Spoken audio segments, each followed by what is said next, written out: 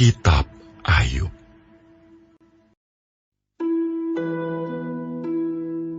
Maka Elifas orang Teeman menjawab, apakah manusia berguna bagi Allah? Tidak. Orang yang berakal budi hanya berguna bagi dirinya sendiri. Apakah ada manfaatnya bagi Yang Maha Kuasa kalau engkau benar? Atau keuntungannya kalau engkau hidup saleh? Apakah karena takutmu akan Allah, maka engkau dihukumnya dan dibawanya ke pengadilan? Bukankah kejahatanmu besar dan kesalahanmu tidak berkesudahan? Karena dengan sewenang-wenang engkau menerima gadai dari saudara-saudaramu dan merampas pakaian orang-orang yang melarat. Orang yang kehausan tidak kau beri minum air, dan orang yang kelaparan tidak kau beri makan. Tetapi orang yang kuat, dialah yang memiliki tanah. Dan orang yang disegani, dialah yang mendudukinya. Janda-janda kau suruh pergi dengan tangan hampa, dan lengan yatim piatu kau remukkan. Itulah sebabnya engkau dikelilingi perangkap dan dikejutkan oleh kedahsyatan dengan tiba-tiba. Terangmu menjadi gelap, sehingga engkau tidak dapat melihat, dan banjir meliputi engkau. Bukankah Allah bersemayam di langit yang tinggi? Lihatlah bintang-bintang yang tertinggi, betapa tingginya. Tetapi pikirmu, tahu apa Allah? Dapatkah ia mengadili dari balik awan-awan yang gelap?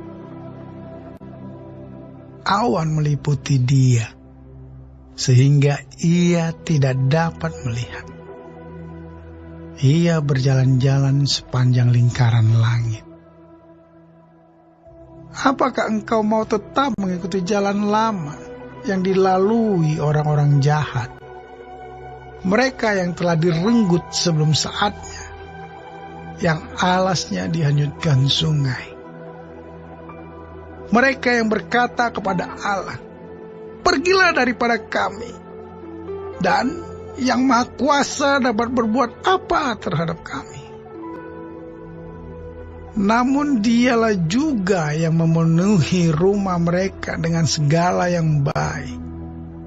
Tetapi rancangan orang fasik adalah jauh daripadaku. Hal itu dilihat oleh orang benar, dan mereka bersukaria. Orang yang tidak bersalah mengolok-olok mereka. Sungguh, lawan kami telah dilenyapkan, dan peninggalan mereka telah habis dimakan api. Berlakulah ramah terhadap dia, supaya engkau tentram. Dengan demikian, engkau memperoleh keuntungan. Terimalah apa yang diajarkan mulutnya, dan taruhlah firman-Nya dalam hatimu. Apabila engkau bertobat kepada Yang Maha Kuasa dan merendahkan diri, apabila engkau menjauhkan kecurangan dari dalam kemahmu, membuang biji emas ke dalam debu, emas Ofir ke tengah batu-batu sungai, dan apabila Yang Maha Kuasa menjadi timbunan emasmu dan kekayaan perakmu, maka sungguh-sungguh engkau akan bersenang-senang karena Yang Maha Kuasa dan akan menengadah kepada Allah. Jikalau engkau berdoa kepadanya, Ia akan mengabulkan doamu, dan engkau akan membayar nasarmu. apabila engkau memutuskan berbuat sesuatu, maka akan tercapai maksudmu, dan cahaya terang menyinari jalan-jalanmu. Karena Allah merendahkan orang yang angkuh, tetapi menyelamatkan orang yang menundukkan kepala. Orang yang tidak bersalah diluputkannya. Engkau luput karena kebersihan tanganmu.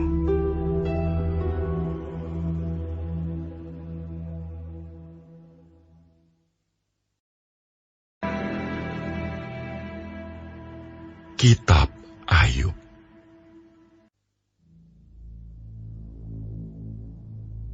Tetapi Ayub menjawab, "Sekarang ini keluh kesahku menjadi pemberontakan. Tangannya menekan aku sehingga aku mengadu.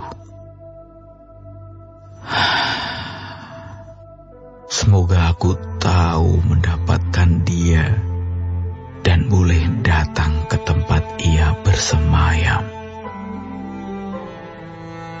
Maka akan kupaparkan perkaraku di hadapannya, dan kupenuhi mulutku dengan kata-kata pembelaan.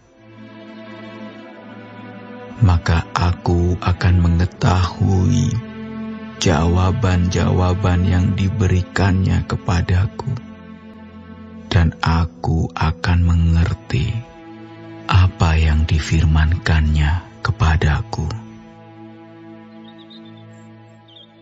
Sudikah ia mengadakan perkara dengan aku dalam kemahakuasaannya?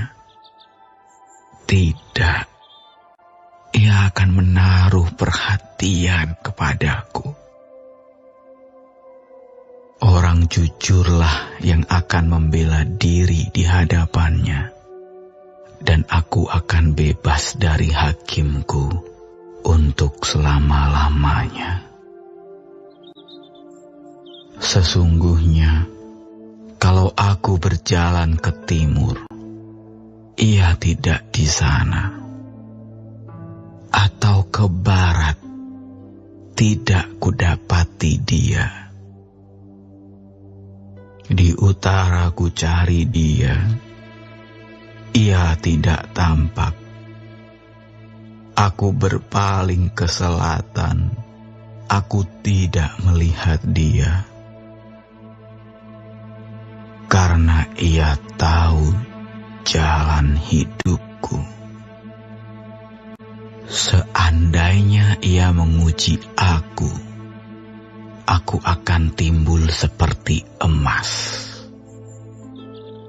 Kakiku tetap mengikuti jejaknya. Aku menuruti jalannya dan tidak menyimpang. Perintah dari bibirnya tidak kulanggar. Dalam sanubariku kusimpan ucapan mulutnya. Tetapi ia tidak pernah berubah. Siapa dapat menghalangi dia? Apa yang dikehendakinya dilaksanakannya juga. Karena ia akan menyelesaikan apa yang ditetapkan atasku. Dan banyak lagi hal yang serupa itu dimaksudkannya. Itulah sebabnya hatiku gemetar menghadapi dia. Kalau semuanya itu kubayangkan, maka aku ketakutan terhadap dia. Allah telah membuat aku putus asa. Yang Maha Kuasa telah membuat hatiku gemetar. Sebab bukan karena kegelapan aku binasa, dan bukan juga juga karena mukaku ditutupi gelap gulita.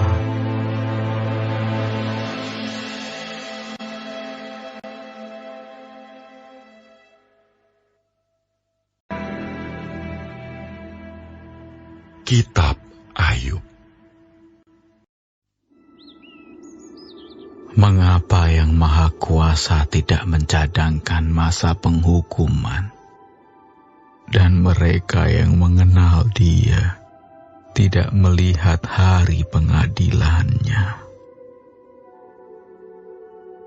Ada orang yang menggeser batas tanah, yang merampas kawanan ternak, lalu menggembalakannya. Keledai kepunyaan yatim piatu dilarikannya, dan lembu betina kepunyaan seorang janda diterimanya sebagai gadai. Orang miskin didorongnya dari jalan. Orang sengsara di dalam negeri terpaksa bersembunyi semuanya. Sesungguhnya, seperti keledai liar di padang gurun, mereka keluar untuk bekerja, mencari apa-apa di padang belantara, sebagai makanan bagi anak-anak mereka. Di ladang mereka mengambil makanan hewan, dan kebun anggur milik orang fasik dipetiki buahnya yang ketinggalan. Dengan telanjang mereka bermalam karena tidak ada pakaian, dan mereka tidak mempunyai selimut pada waktu dingin. Oleh hujan lebat di pegunungan, mereka basah kuyup, dan karena tidak ada tempat berlindung, mereka mengimpitkan badannya pada gunung batu. Ada yang merebut anak piatu dari susu ibunya, dan menerima bayi orang miskin sebagai gadai. Dengan telanjang mereka berkeliaran karena tidak ada pakaian, dan dengan kelaparan mereka memikul berkas-berkas gandum. Di antara dua petak kebun, mereka membuat minyak. Mereka menginjak-injak tempat pengirikan sambil kehausan. Dari dalam kota terdengar rintihan orang-orang yang hampir mati, dan jeritan orang-orang yang menderita luka. Tetapi Allah tidak mengindahkan doa mereka. Ada lagi golongan yang memusuhi terang, yang tidak mengenal jalannya, dan tidak tetap tinggal pada lintasannya. Pada parak siang, bersiaplah si pembunuh. Orang sengsara dan miskin dibunuhnya, dan waktu malam ia berlaku seperti pencuri. Orang yang berzinah menunggu senja, pikirnya, jangan seorang pun melihat aku. Lalu dikenakannya tudung muka. Di dalam gelap mereka membongkar rumah. Pada siang hari mereka bersembunyi. Mereka tidak kenal terang, karena kegelapan adalah pagi hari bagi mereka sekalian, dan dan mereka sudah biasa dengan kedahsyatan kegelapan. Mereka hanyut di permukaan air. Bagian mereka terkutuk di bumi. Mereka tidak lagi pergi ke kebun anggur mereka. Air salju dihabiskan oleh kemarau dan panas. Demikian juga dilakukan dunia orang mati terhadap mereka yang berbuat dosa. Rahim ibu melupakan dia, berengah mengerumitnya, ia tidak diingat lagi. Kecurangan dipatahkan seperti pohon kayu. Ia menjarahi perempuan mandul yang tidak beranak dan tidak berbuat baik terhadap seorang janda. Bahkan menyeret orang-orang perkasa dengan kekuatannya. Ia bangun kembali, tetapi hidupnya tidak terjamin. Allah memberinya keamanan yang menjadi sandarannya dan mengawasi jalan-jalannya. Hanya sebentar mereka meninggikan diri, lalu tidak ada lagi. Mereka luruh, lalu menjadi lisut seperti segala sesuatu. Mereka dikerat seperti hulu tangkai gandum.